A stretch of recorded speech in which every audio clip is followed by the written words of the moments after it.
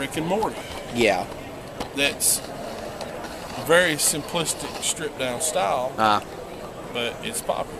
Yeah. It's not just the cartoon is well written, well done, but it could have easily been a guy that never got past being at a booth at a show. Yeah, they'll take basically the low pay art. art. And the right breaks. Yeah. That's why my wife, she's in network marketing. She learned on her own, and she has helped build my business tremendously. Like 90% of my network marketing is her, and 10% of it is me. Grassroots network marketing because I've got the gift of gab. She knows all the ways to do it in social media, where I'm at a loss. Yeah, I know this. You're used to the basic stuff. Yeah, I'm the guy that talks to you and tells you a great story behind that picture, and you want to buy it even more. Yeah. You know, like I had a guy, the third picture I ever drew was in that portfolio, and after he looked at it, it was nowhere near the best. I mean, it was the third picture I ever drew. But that's the one he bought because of what the story was behind it. And it was all this, it was a guy looking out over a balcony with one knee up, and he's looking, and it's this future, it was totally Star Wars-y. You know, that's filtered through my love of Star Wars. But it was this generic, like, Han Solo type guy. And the balcony's overlooking, there's a floating city, like a cloud city. This real detailed, there's a stadium in it, and I was thinking like the business section of the city and all this cool architecture, and then the whatever the machinery is that we don't know how it works with antennas sticking down that obviously makes this thing float. I wanted to give it a verisimilitude, you know, like I could see this really working. You know, like when you see how nerdy George Lucas got with the lightsaber. Yeah. Like you're like, why don't that really work? There's a crystal in it, there's electronics in it, you know, that kind of thing. And then I put some silhouettes of birds and billowing clouds, and it was just this, he's looking out at the possibilities metaphorically in this picture. So it's more about the thinking of the word. It's more about what's inside the art than there is like just the character. Yeah, well he was saying, so this was like what you told me about your story about getting off drugs and doing something with your life productive, like art, and enjoying life for once. And he said, so you were kind of that guy, looking off to a hopeful future. And I said, exactly. He said, then I want to buy that one. And I was like, that's the crappiest one in the book. Yeah. But the story, it's what it's like. Just I feel that. Yeah. But he said it'll always remind me of that inspiring story about what you went through in your life and how you come through it. You know, so that was really cool. So there's definitely, that's what I think my forte is that gift of gab, you know, and making them see something in that picture while they're looking at it, as I'm kind of taking them down a trail, you know, giving them a window into my life or what inspired it. Like that alien xenomorph venom that's so that's cool been venomized there. All that was I was doing a lot of Facebook Live on Friday nights. I have a show called Bending the Spoon. Yeah, I've seen it. I'm just banned on Facebook. Oh, that's right. Yeah, I'm always banned. But dumb stuff. That's our logo, is my hand. Oh, that's cool. It bends too. Is that it? Did you get that in the shot? Oh, I got you. You're like, bend that spoon.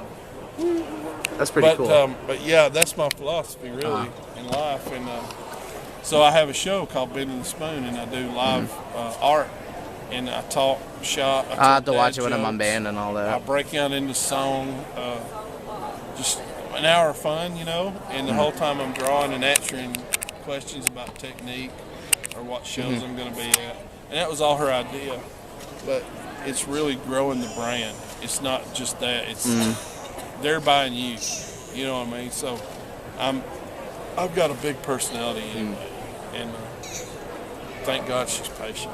But not too many people. But yeah, I don't make strangers, and she'll tell you that. I had a young artist that he was just starting out, and we made friends, and he had a small podcast he wanted to interview me on. We actually met at a print shop. We were both getting prints. And So I invited him over one day, and I was like, yeah, let's hang out. You know, so I had a show coming up down in Macon, Georgia, and I said, you want to go with me? And so I'm like, I barely know you. Let's go on a trip, share a hotel room, you know. So he helped me work the table, and it was so he could learn about what he wanted to learn about working the show. And so he met me at my house, and we loaded up. And right before we left, my wife told him this. She said, now, Eddie talks a lot. She said, but when he talks to people, watch him. She said, he has an innate ability to talk to people, and he don't meet strangers. She said, watch that's what I like about you. You're like really, you're welcoming. And the thing is I have all these little tricks, like I love your shirt, what costume is that, stuff like that. But I really do want to get to know the person. I just use any means I can to start a conversation, like fire at will or Outlander. It's always the first impression. Right. I think that's more like now, like you don't see it as much because when I go to like for me, it's like I didn't have that until I started coming, and it's like this helped me be a lot more outspoken. Like this is the first time I'm really sitting down with somebody at a con. I'm always going to meet somebody. And that's it. Dude, my daughter, shy, brilliant. She got into furry stuff, making the costume. That's cool. Not the bad furry, the good furry. Not the after dark. The toxic people, the community. So she's building this costume. She's coming out of her room every so often, every day, going, showing me a different piece of foam. Yeah, what do you think about it? I'm like, I don't know. How do you do this? This is going to be the teeth, and I have to mold them and then bake them in the oven for 15. And she's walking. I'm like, that's great. She walks out of the room, and I'm looking at my wife going, what is she doing in there? There's foam in her room. I hear power tools.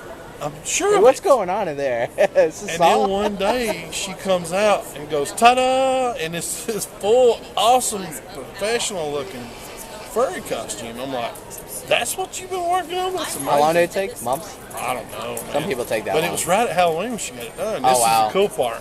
Getting back to your point about shows kind of bringing you out of your shell. She begged to go trick-or-treating at like 16. So, oh, wow. You know, she's like, let's go to the mall here in Chattanooga. Oh, gosh. Trick-or-treat. And I was like, you know what? Let's go. So we're walking behind her. Balls to do that. It's like, it's cool. Dude, the little kids were running up to her. It's like a magical dragon. Dude, the parents were asking for her to make a picture with their kids. Yeah. We would walk by stores that were doing trick-or-treating from store to store. They were asking her if she worked for the mall. Oh. They were asking, like Spencer's or Hot Topic. They talked her into giving out candy at their door for like 30 minutes. Wow, that's a public. I mean, that's good marketing. Right? Well, so what my whole point is, I watched her do that. And it was like so cool to see. She was hiding behind that mask. She could be who she wanted to be. That's a funny thing. You like, I've never understood cosplay and all that until like, I've been watching the whole world of YouTubers, and I asked somebody, why'd you become that? They said, oh, because I don't look like this person. I said, wow. I respect people that can do that, and it's insane. Like technology and where it's at now is ridiculous. All the creative people you would never see through TikTok and everything. Michael Berryman's a good friend of mine, and if you don't know the name, is that not the Hillside Vice guy? Yeah. He's really cool. Dude, he's been in so many movies. When I first met him, I always thought he had an odd look. Yeah. And I'm a friend. We're friends. I love him. But I knew that got him roles. The way he looked. That singular look. It'd be cool if he was, what's his name from Goonies? Well, people often say, oh, yeah, Sloth. I'm like, no, he didn't play Sloth. That was a guy in makeup. But here's the cool part. When we met him the first time at a show, he was explaining to us, because I got to tell him my story, like I told you. I shared my story with him. Well, he shared his with us, and he was born with a genetic disorder that his body doesn't produce, keratin and something else. He can't grow hair. He has no hair at all. You reminds me of Doug Jones, because he's like really fragile if you touch him. Or teeth or nails.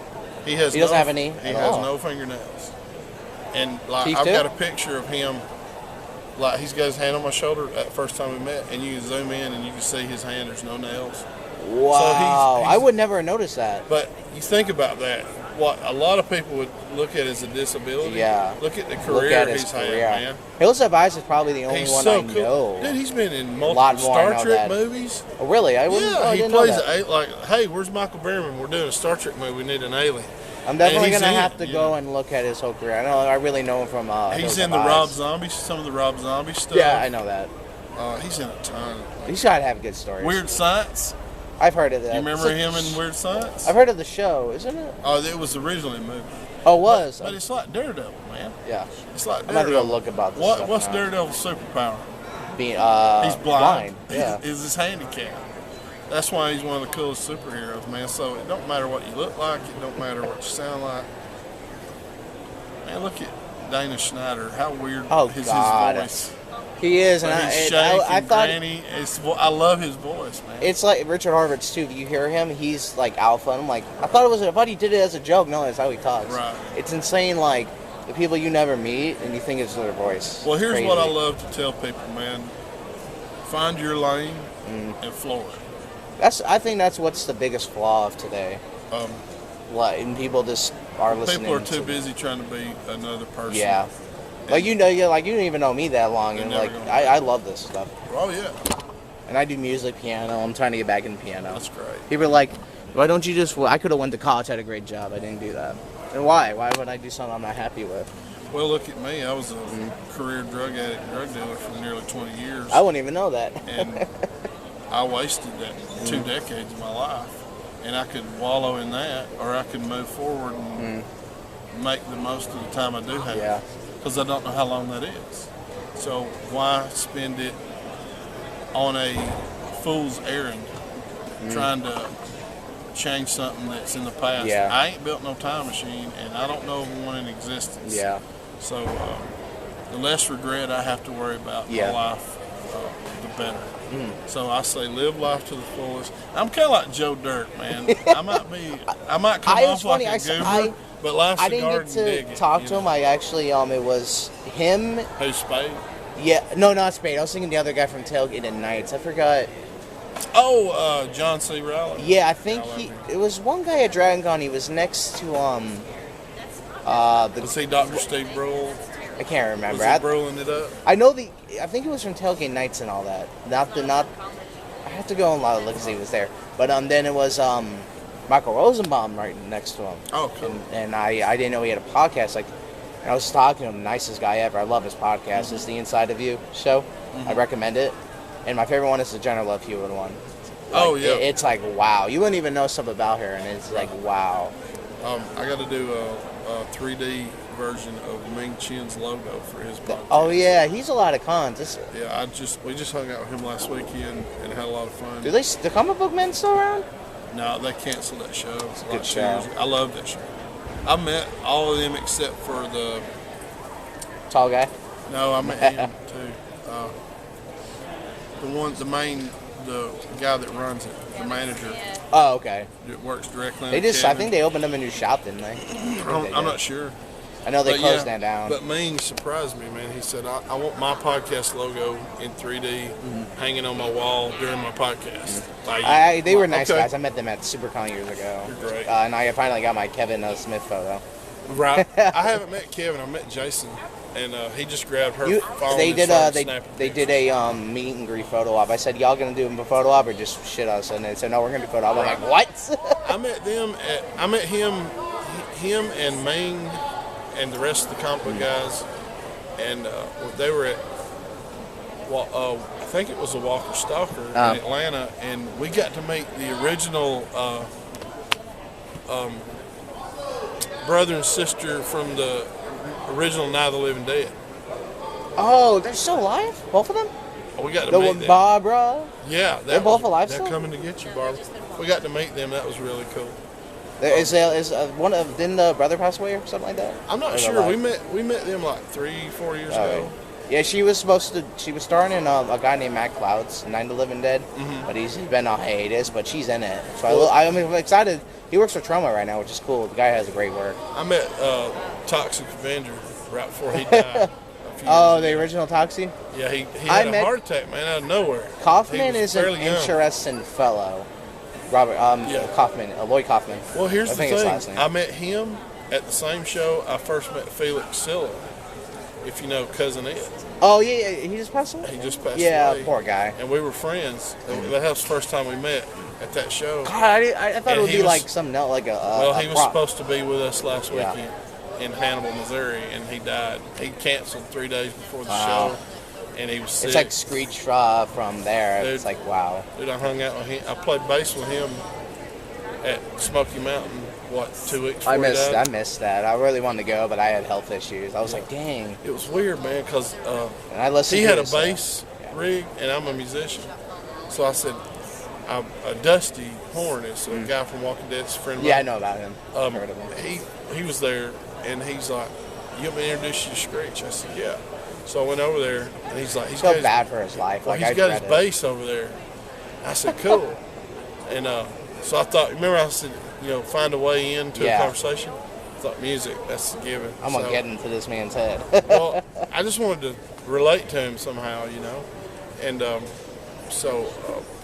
and not just call him Screech all day. Yeah. So, and he seemed sad anyway. And I don't know if he knew he was sick or what,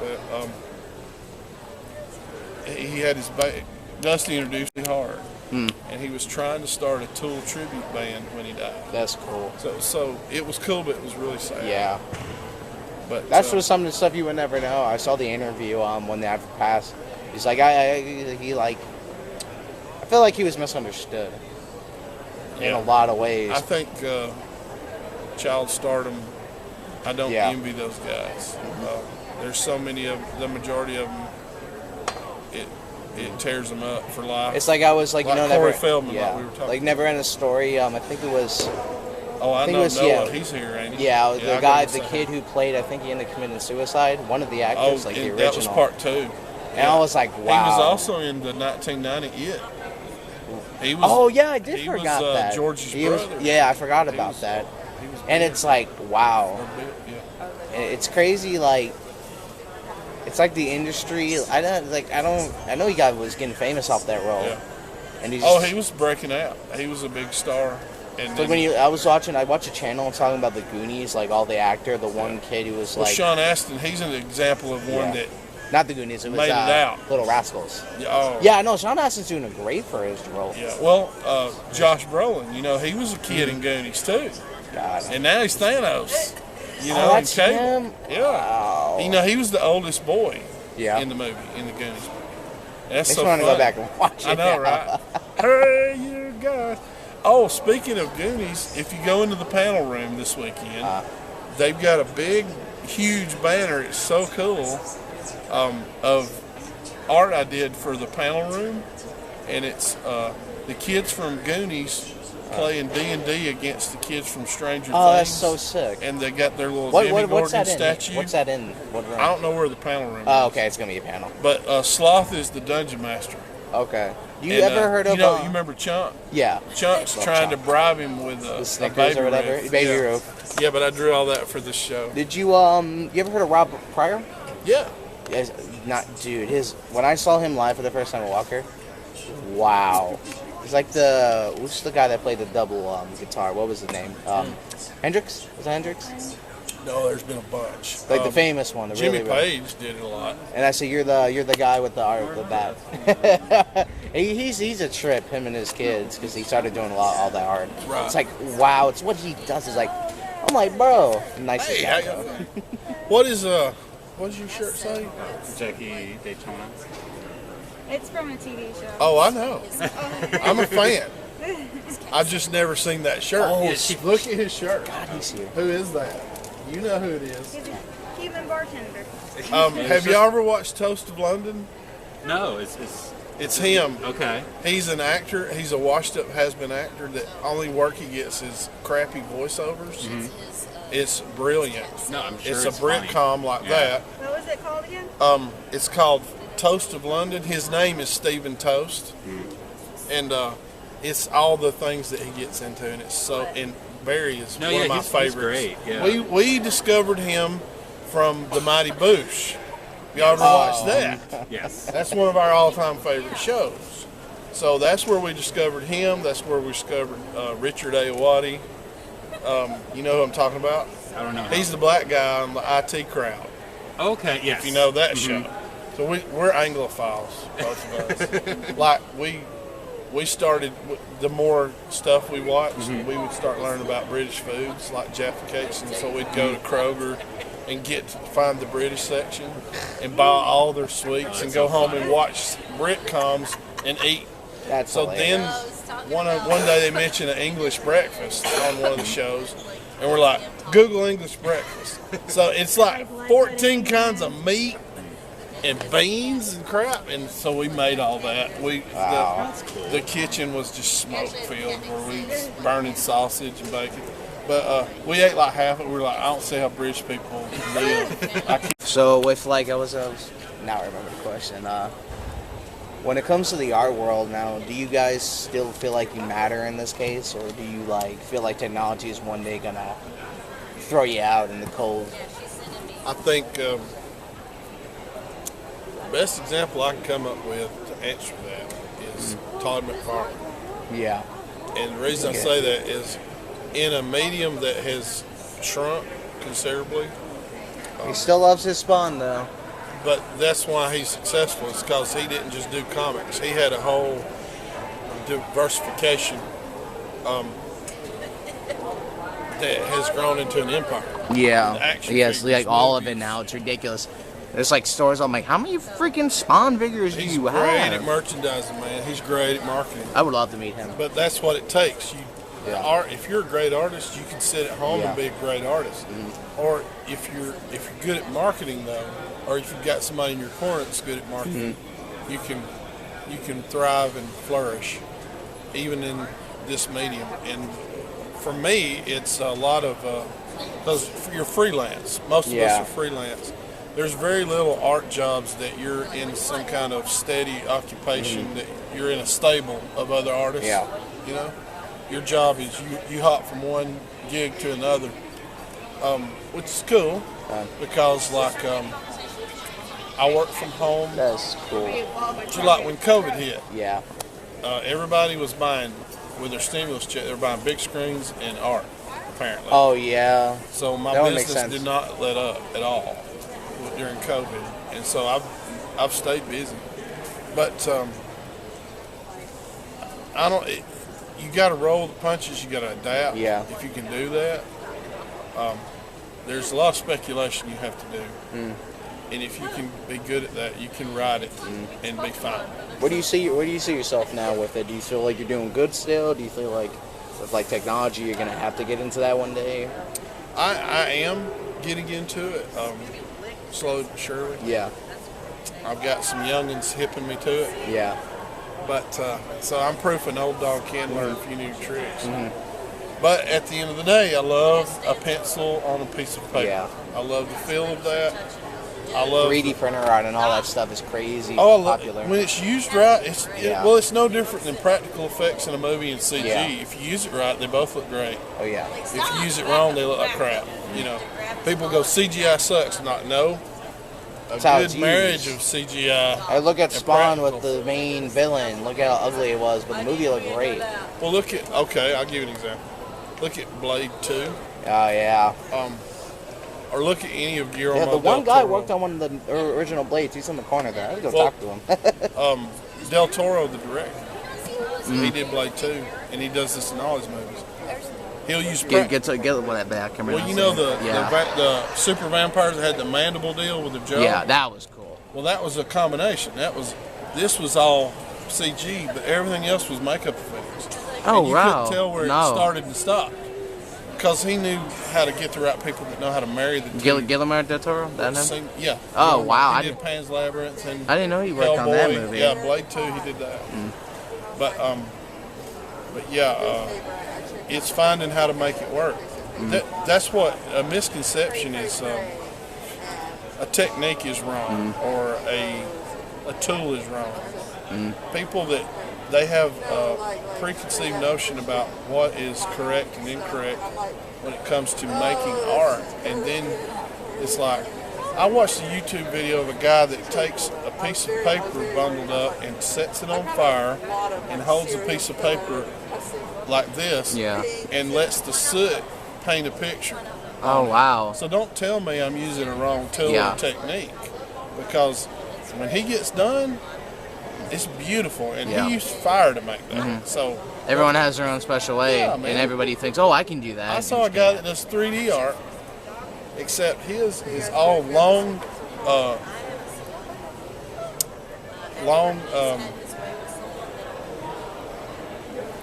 not flathead, screwdriver. That 3D art stuff's come a long way, especially what it can do for humans. Well, this guy uses screws about this long, and he gets a big giant board, and he screws all these screws in like a big grid close together. And he does he screws them in at different depths, and it's somebody's face. Oh, wow. And then he paints the head of every screw like a pixel. Okay. And then it's them. That's and amazing. Like that probably takes you long, though. Oh yeah.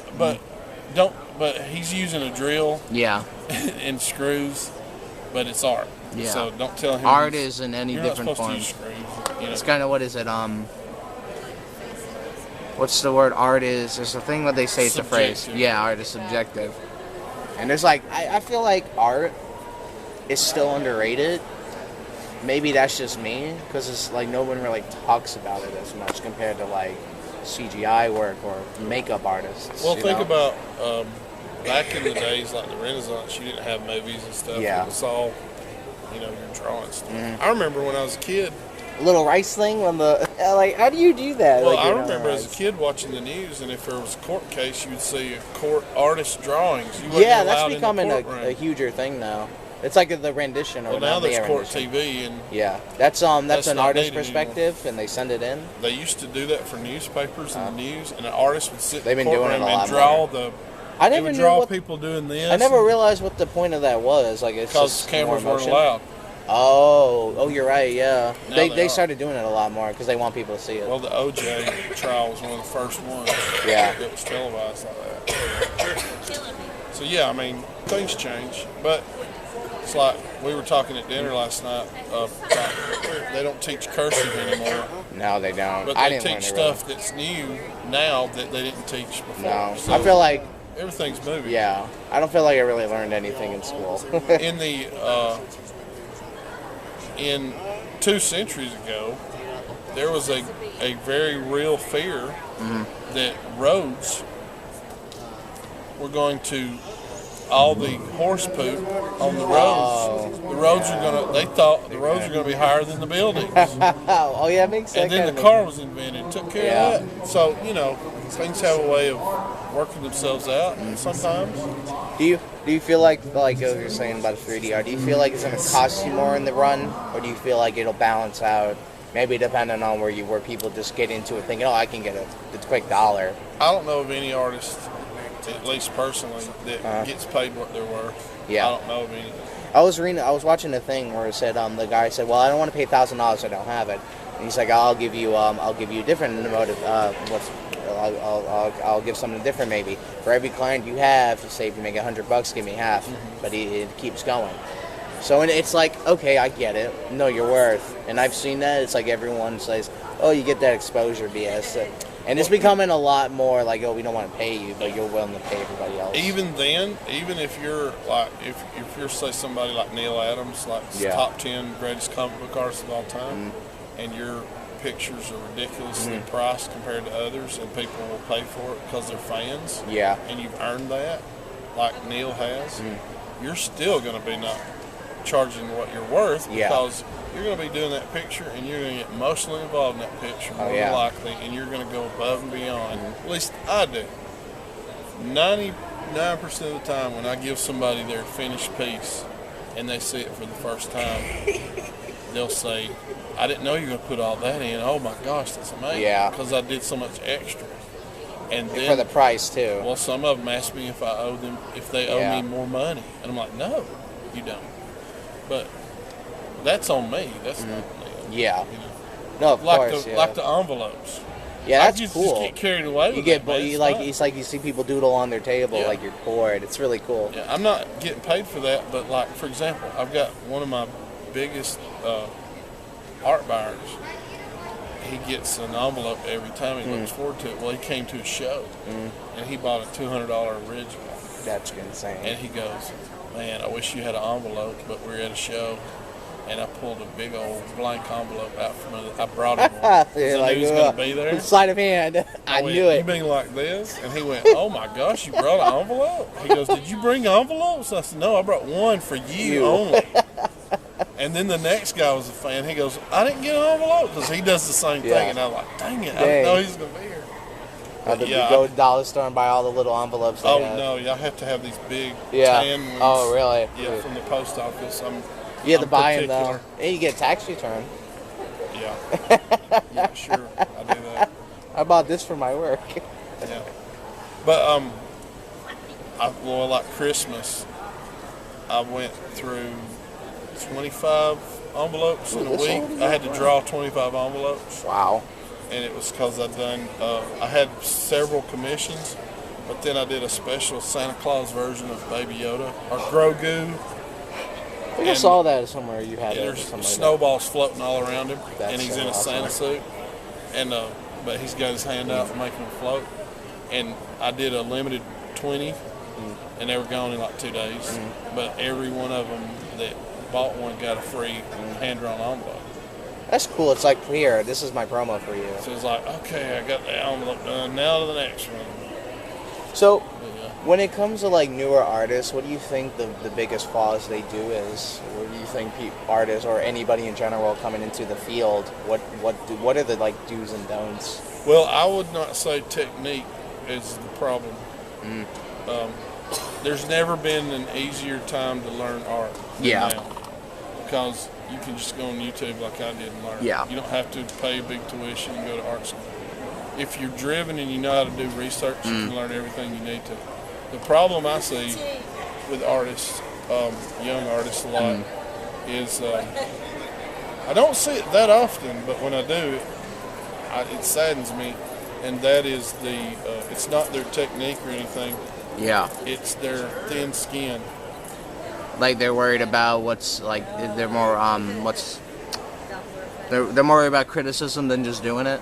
They come to me and other artists will tell you the same thing. They'll come up during a show and they'll ask for me to look at their art, which I love to do. It's funny because I do art at one-way music and I sucked at it. Like I'm getting better, and it's like I know I'm not gonna have people that like it. And first people who do. But do it because you love it. Yeah. That's the first issue. That You do it because you love it first and foremost. Yeah. If you're going to do it as a job, you better be ready to be able to.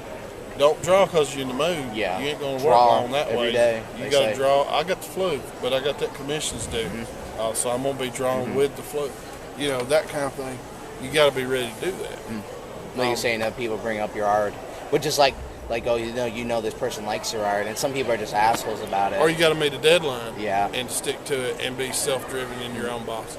You got to be able to do all that. But then, like, these youngins come up to me and they'll say, "Would you look at my art?" And we call it a portfolio review. Yeah, portfolio.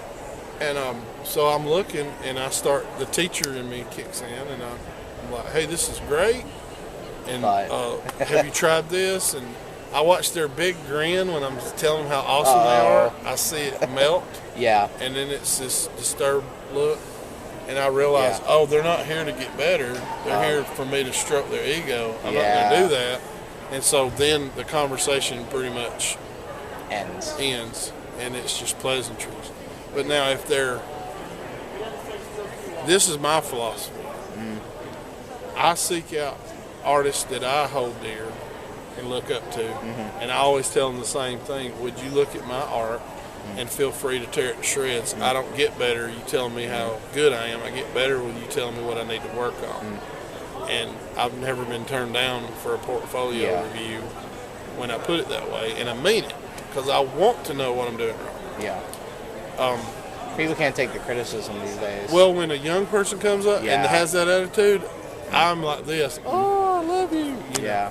So but when they're like older than a certain age, you have to like, hey, you're gonna take these hits. Or they come up to me one year, Side you 100. no, they come up to me at a show, and they're talking about how they want to do what I do, and then I see them a little later, and they're doing their first show, Wow. and they're thanking me for helping out, you know, Yeah. because I'm like, well, anything you want to know, here's my card, you know? And then they're working the same show I'm working, That's cool. you know, and I'm like, so I'm like baby bearing them. I'm Yeah. like, hey, how you doing this week? I wish more people did that. It's so And now they make you want to rewarding. paint. I was like Tom Savini. I've respected him. Like his work's phenomenal. I had a great interaction with him, but I've heard stuff. Yeah. I love Tom. Like he used to be the guy. I think it was him or Shatner.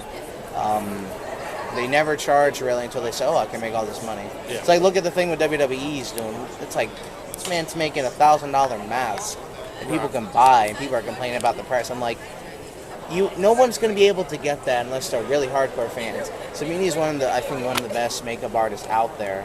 I paid $100 and something to meet and get my picture made with Stan Lee. Nice Got to guy. meet him. Got to bring my daughter, who I raised on Marvel Comics, to meet him too. I teared up. He's my Walt Disney. I was going to ask who was your biggest inspiration for He's art. probably of my childhood, Stan Lee. It's probably Stan Lee and George Lucas, you know. And so somebody online said, I can't believe all these people paying that much to meet Stan Lee. Yeah, I've had. I And get said, that. I get you that. know what? I'd mentality. pay double, and I've already met him, and I'd do it again, and I would pay $250 to meet him again in a heartbeat. And I like, so listen, don't put down what somebody else is willing to pay Yeah. for because of their love of it, just because you can get it. That's why I always say people don't understand until they get into it. 10 years ago, I'm like, I'm not going to do this. And look at me, I'm still doing this. Yeah, I don't It's show up insane. at the monster truck pull and put you down for loving it. If you like Exactly. monster trucks, go for it. That's the biggest mentality right now. Like, oh, you're paying all this to go meet somebody. I said, Yeah. that's your idol, even if So they're when assholes. did you become my accountant? Oh, you did? Exactly. Okay, I think we're done here. I said, unless you pay my bills, Right? then we could talk. Well, I had a toy collector.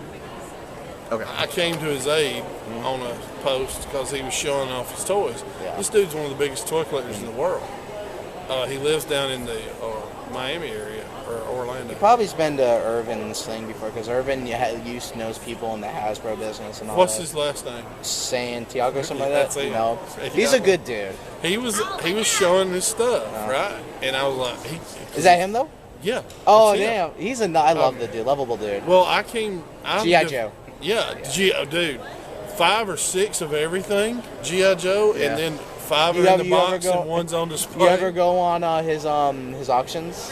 No. He's well, a lovable. I used to. Yeah, he's a sweet dude. But what it was is he was showing it off, and I was like, wow, I used to have this, I used to have that. And this guy is like, you got a mental disorder. You buying multiples of every toy. And the guy's like, He knows what they're no. worth. And I said, so I told that guy, I said, if he's paying his bills, what is it to you, man? Exactly. And he goes- Were you on his show once? No, but he goes, hey, why don't you keep quiet? 2 toy collectors talking your butt out. And I go, I bet you wouldn't do that if I was standing in front of your face. I said, as a matter of fact, you name the place and the time. I'm going to tell We'll Irvin. see if you'll say that. I'm Well, telling Irvin about Irvin you. was like, here's People what shit happened. on him and everything. Well, I felt bad because it wasn't my post. So I Yeah. said, you know what? I shouldn't have said all that. You're right. And so then I messaged Irvin privately and I said, I'm sorry about that, but that guy was being a jerk. And he goes, I think I saw that. he Somebody goes, was well, this is bitching several about it. years ago. Okay, no, somebody He else. goes, yeah, you're right. He was a dick. He said, but I appreciate what you said. And I said, what my place? Yeah. And then he's like, hey, if you ever want a table at my show, I love your freaking Star Wars art. I'm gonna tell him, He hey, you said- should get Eddie out there. He said, He's gonna be like, you know Eddie, yeah. this is like 5 years ago, Yeah. so he's probably forgot. by now. Yeah, hey, you never know. Well, I'll I'd go. message him. If he had me down there, I'd go, man. He sounds like a convention in August. Yes. Is it in Orlando? No, it's in West Palm now. They West changed Palm, locations. okay. I would love to go down there. They're from Florida. Oh, right, Yeah, I moved down there, and that's when we got married. He puts on a good con. It's more cosplays, most oriented. But they had Vic over there, Vic Mignogna. Yeah. And people are like, it's like the whole fucking freaking, I don't know if I want to call it cancel culture. I feel like it's getting way too out of hand. It's like you as artists are always going to have your opinion on things. No, I'm good. Thanks, brother. And it's like, how do you work in an environment now with that? If you draw one thing wrong, have you ever had that? Like, oh, I don't like how you drew this. How like there's a Steven Universe. Dude, I got cussed out for that Biden Yeah. picture. I don't care. It's like the Steven Universe artist. She got cursed out because he drew him a certain way. Told her like kill herself. What do you like think of those people? They don't buy it, of course, but they're gonna bitch about something. Do you feel like it's getting harder in today's climate of It's everything? moral relativism. That's the heart of the problem. You know what that is? No, Moral I learned relativism something new. says this. no. I think that the X is true. You think that it's not. But we both say that truth is based on personal experience, not Yeah. facts. So I'm living my truth. You ever heard Yeah. that one? You live your truth, I live mine. Yeah, it's like I believe what I believe, you believe what you Yeah. believe. So, but we both say under moral relativism, we're both correct.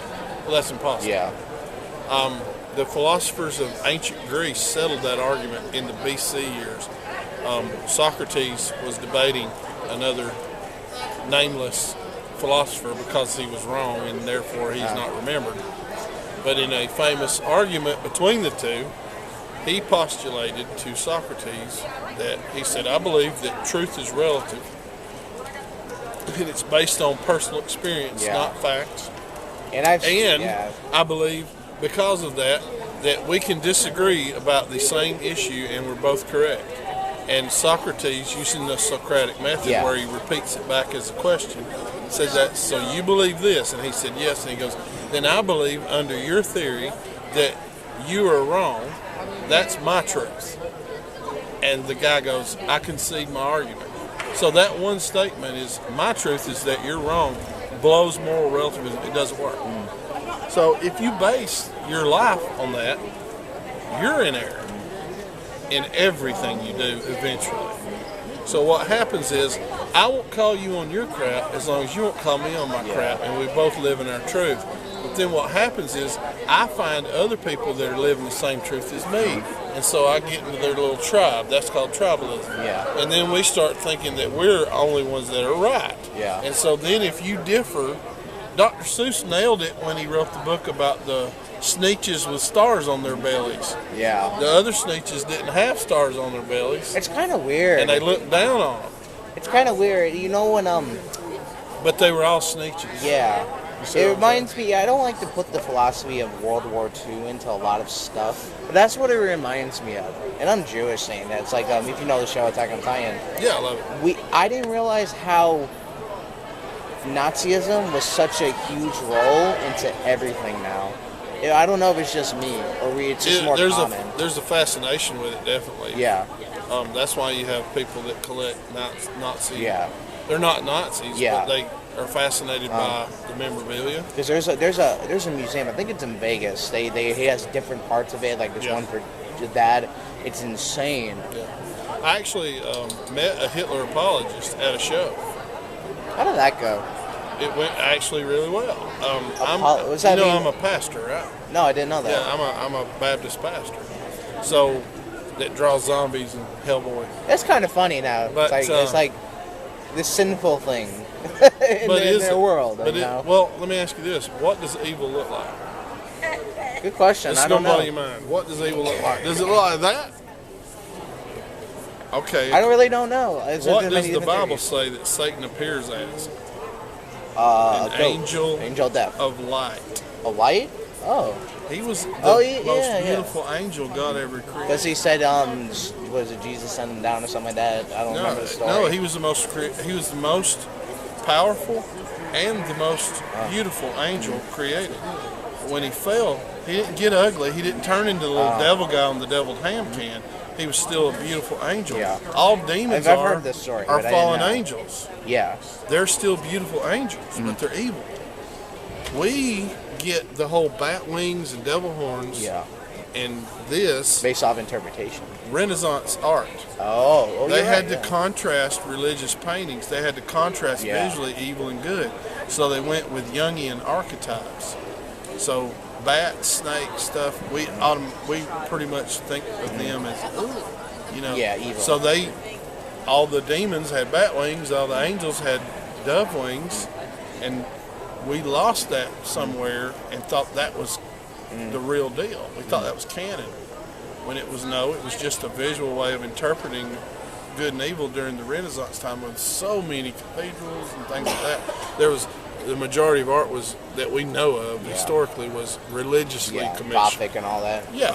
So you had that, and we thought it was true somewhere along the years. And so I asked someone the same question, because they said, how are you a pastor and you can draw evil? And I said, what does evil look like? Yeah. Well, then the lady said, looks like that. Remember the monster can lady?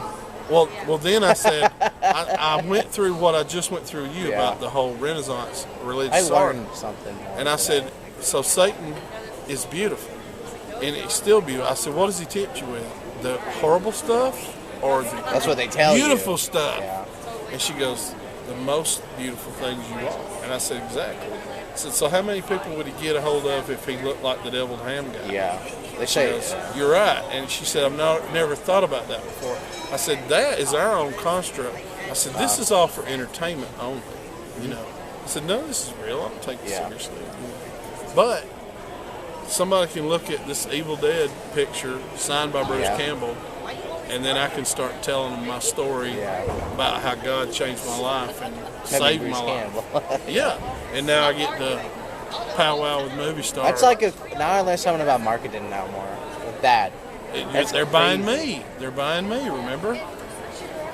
Carey, the first time we met, I told him my story, and I did a... Carey Ells? Yeah. No, Carey no. Means. Oh, okay. Oh, Means, sorry. I was thinking Carey Ells. I don't know why. I drew a Aqua Teen picture at the show, and he walked by. I was going to hit him up later, and he walked by and saw me. He's like, what?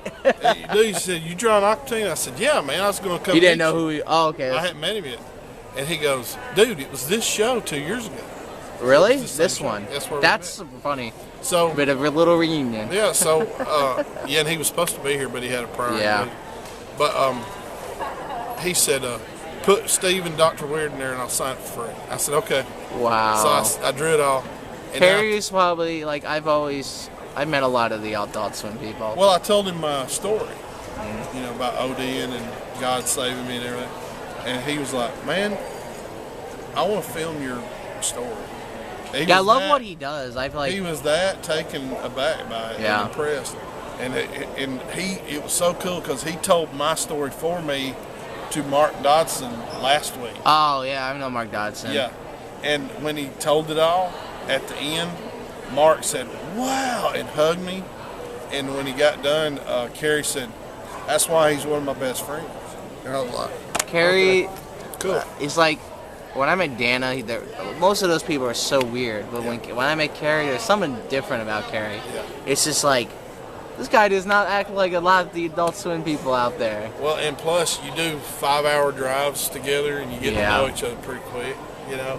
And he's a trip. And stay in a hotel room. But we have so much fun. But it's funny because when we're at a show, you shut your mouth. I'm being interviewed. This is gonna be a fun little thing I'm doing. I'm trying to get into the. And not only the sound, find a way to visually.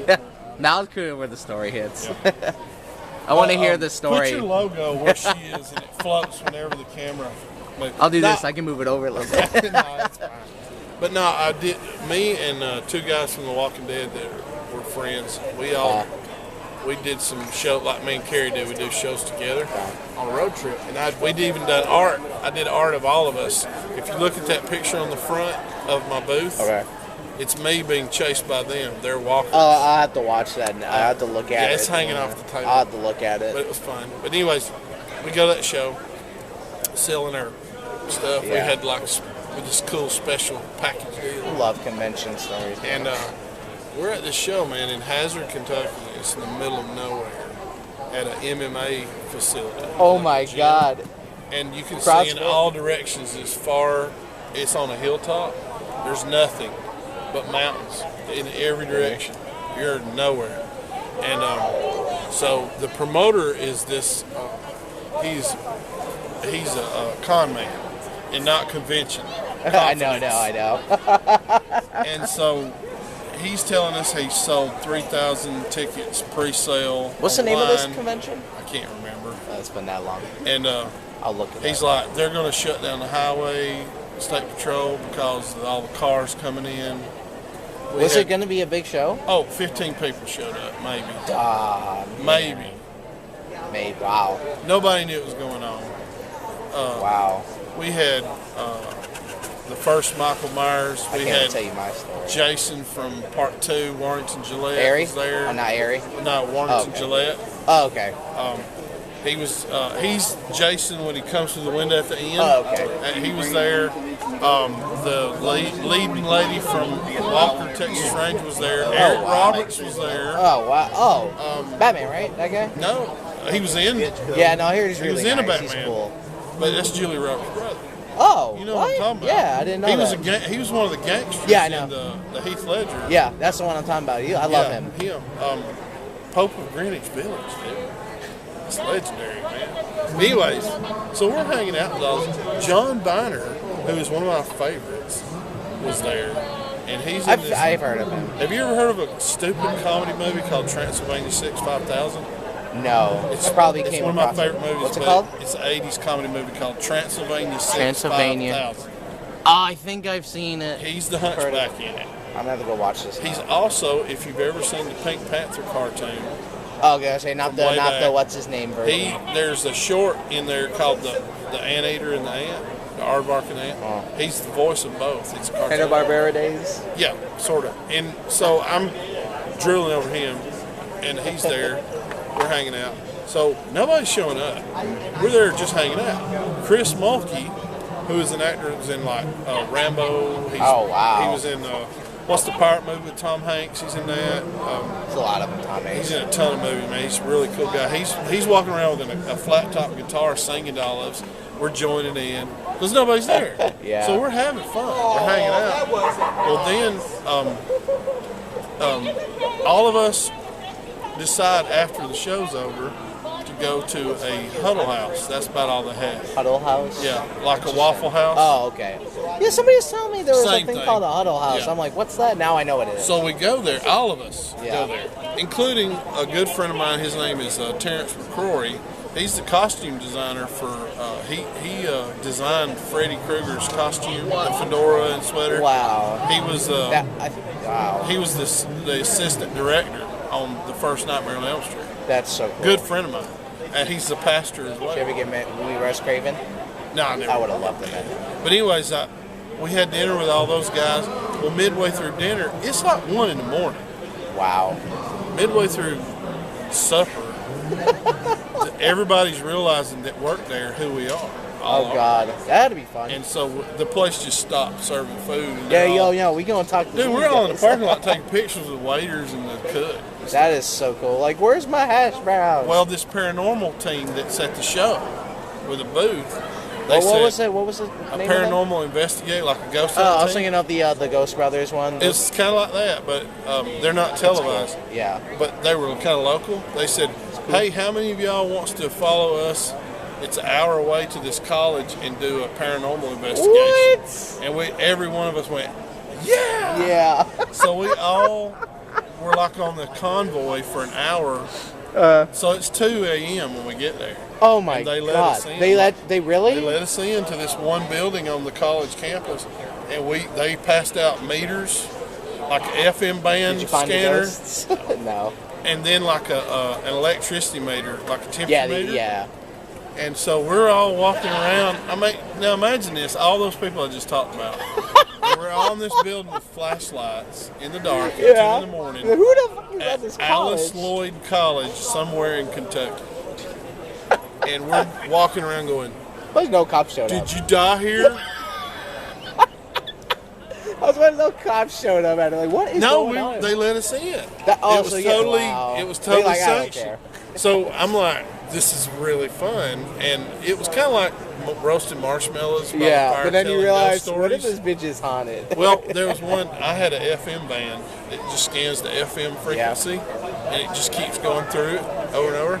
And every now and then it would stop, and it'd go, "Oh, and it would What? keep going. And somebody goes, wait, did you hear that? It said, leave. And then somebody else goes, no, I think it said run. And I said, that was Sweet Home Alabama. And we just tapped into a radio station for like a split second. I'm a musician. I know the song. Wait, I live in Georgia. That was not a ghost. That was Sweet Leonard old Skinner, Skinner. dude. And so we just had fun, man. That's hilarious. We all took pictures and stuff. Well, then, so I'm a pastor.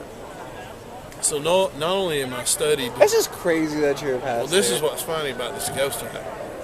I'm, versed in Scripture. Well, there's something called the Apocrypha. It's the books of the Bible that didn't make it into the Bible. Yeah, it's basically like the end of world stuff. Well, some of it, like the Book of Enoch, where he Yeah. talks about giants and stuff. That sounds cool. So there is a second book of Solomon that's not in our Bible, but it's in the what's called the Apocrypha. And in that book, I call it Bible After Dark. In that book, he has a ring that he can control demons with. He has a gold ring that's imbued with holy power from God. And he makes demons do his bidding. So Dusty, one of my Walking Dead buddies, goes, hey, everybody, we're in one room. Oh, you said Dusty Lay, right? Dusty Horn. Oh, Horn. I was thinking Yeah. of somebody else. He was with us on the trip. I He figured I goes, have to go look him up again. he said, hey, Eddie's a pastor. Why don't you let him ask a question? He knows all about the supernatural. yeah, And yeah. they You said, said, you're a pastor? And I said, yeah. And they oh goes, no. okay, ask a question. And I went, do you know of Solomon's ring and its powers?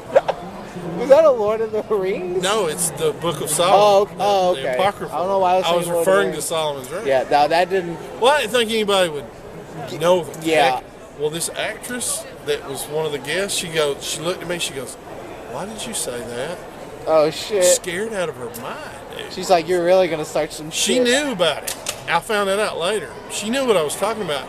And instead of going, oh, I'm just playing, she goes, why would you say that? And I said, What happens if you say that? because. And I just looked at her real. God. She would not talk to me for the rest of the weekend. She avoided She was me. cool after. No, she avoided Damn, me from she then on. she And thought the you were a end- Satanist. Dude, the or end of the some shit. show, I said, are you okay? Did I creep you out the other night? And she goes, yeah. Yeah. So you were She a said, Satanist. I don't play with that stuff. And I said, I'm sorry. I didn't mean. And I was like, I'm a Baptist pastor. That's why I knew about that. I said, but I want to know how you know about it. You know, Oh so God. she's like, well read. Yeah. Uh-oh. I So dibbled it and was cool, dabbled. well, it was cool. But she's just well read. So we had a lot of fun, but nobody showed up. Yeah. At the end, the last night, we all went out to eat again. This time, it was Warrington Gillette, the Friday the 13th Yeah. part 2 guy. It was his birthday. We went to this big Mexican place, and we're all in there. And they even did they put a sombrero Yeah. on him and all that stuff. Mariachi. Well, I overhear the promoter saying to the staff are all eating like at the kiddie table. They can't sit with us Oh God. because of him. And I overhear him, and nobody else overheard it. I overheard him go to the staff, as soon as the meal's paid for, you take them to the airport. I'm canceling their hotel for tonight, and you put them on red eye that I've already got paid for. And I'm like, They were fucking gonna fuck you all over. yeah. Wow. And we drove. We didn't fly. And we drove. Why fly then? 9-10 hours? They didn't know? No, he didn't care. He was screwing it. So he's fixing to go cancel everybody's hotel for that night. I'm not driving all that way Yeah. after I've done a show all day. So I told my buddies, I said, Like what? we got to get back to the hotel room now. And they're like, what's going on? I said, I'll tell you on the way. So we left the restaurant. It's like, the Scooby-Doo thing. Dude, I got to the hotel, and he was in there. He was at the front desk. And I ran in there. And when I did, he saw me coming, and the look on my face, he ran and went upstairs. They didn't have an elevator. He just ran up the That second man, floor. wow. Dude, he was like, No, I chased him. he booked it. I chased him up the stairs, all the way to the back exit, Yeah. and Where down you the going, stairs, buddy? down the parking lot to his My truck. God. In his truck, and You he were took pissed off. the fuck off. And I went right back into the front desk, and I said, do we have a hotel room for tonight? And she goes, what number? And I told her, she goes, yes, checkout's at 11 a.m. I said, thank you. So I stopped her from, Yeah, you was got there crazy. just in time. It was so crazy. Oh man. There was two kinds of people at that show, out of the 15 that showed up. You lucky you heard that. There was tough and ruthless, and rough and toothless. Where's the remind me of some animated thing with Scooby Doo that he's right. Scooby Doo and Shaggy, and you're just like, I'm gonna get you. Dude, I tell other people that have done conventions longer than me, some of these, and they're like, man, how do I not end up at a show like You that? get And I lucky. said, because I say yes to every Yeah, show. exactly. When you I'm know like, it's yeah, I'll too try good, it. when you know something's too good, it's never too good. Well, like Boba Fest. Boba Yeah. Fest was a stinker. The dude that played on Game of Thrones went on Jimmy Kimmel Live and told Oh no. about the show and how bad it was, and Wow. even named the promoter on Jimmy I met Kimmel. him, too. You can look. He seems like a nice I guy. know it. You can look that up on YouTube and watch him trash Boba Fest on What is it? Jimmy What is Kimmel. it? So I'll have to find it. Nikolaj, I can't remember his last name. He plays Jaime Lannister on Game of Thrones. I'll look at that. I'm gonna watch that later. I'm like, Yeah, what? He, It's awkward. I took a picture with the guy. but yeah, that's one of the best shows I've ever had. Yeah. Everybody around me was doing really bad, and I couldn't keep up with the sales, and Yeah. it was so bad for everybody else, I couldn't celebrate, Wow. because I would come off like a jerk. Yeah. You know what I mean? Like, Yeah. I made $1,000 today. Yeah. You know, and they're like, you know, I couldn't do that. So I'm Yeah. like, well, I'm having fun. You know, I'm Yeah. can't You're wait like, to oh, call my wife and I go, you know, outsold the celebrities. You gotta yeah, I feel sold good 5 about of it. those. Oh my God. You know. That's insane.